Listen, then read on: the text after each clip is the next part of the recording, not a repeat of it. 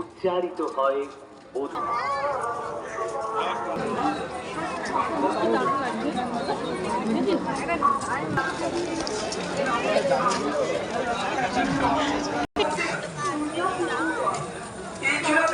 দীপিকা ঘোষ।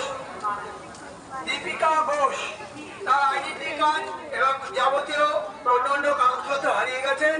যদি পথ চলতি দর্শনার্থীদের হাতে পড়ে থাকে আমাদের ভিআইপি গেটে অথবা আমাদের টেন্টে গিয়ে জমা দিয়ে আসবেন। সমস্ত দর্শনার্থীদের উদ্দেশ্যে বলছি, ইনচুরা থেকে এসেছেন দীপিকা দাস, দীপিকা ঘোষ, তার আইডেন্টি কার্ড এবং আরো কিছু কাগজপত্র হারিয়ে গেছে। যদি কারো হাতে পড়ে থাকে আপনারা আমাদের ভিআইপি গেটে টেন্টে গিয়ে জমা দিয়ে আসবেন।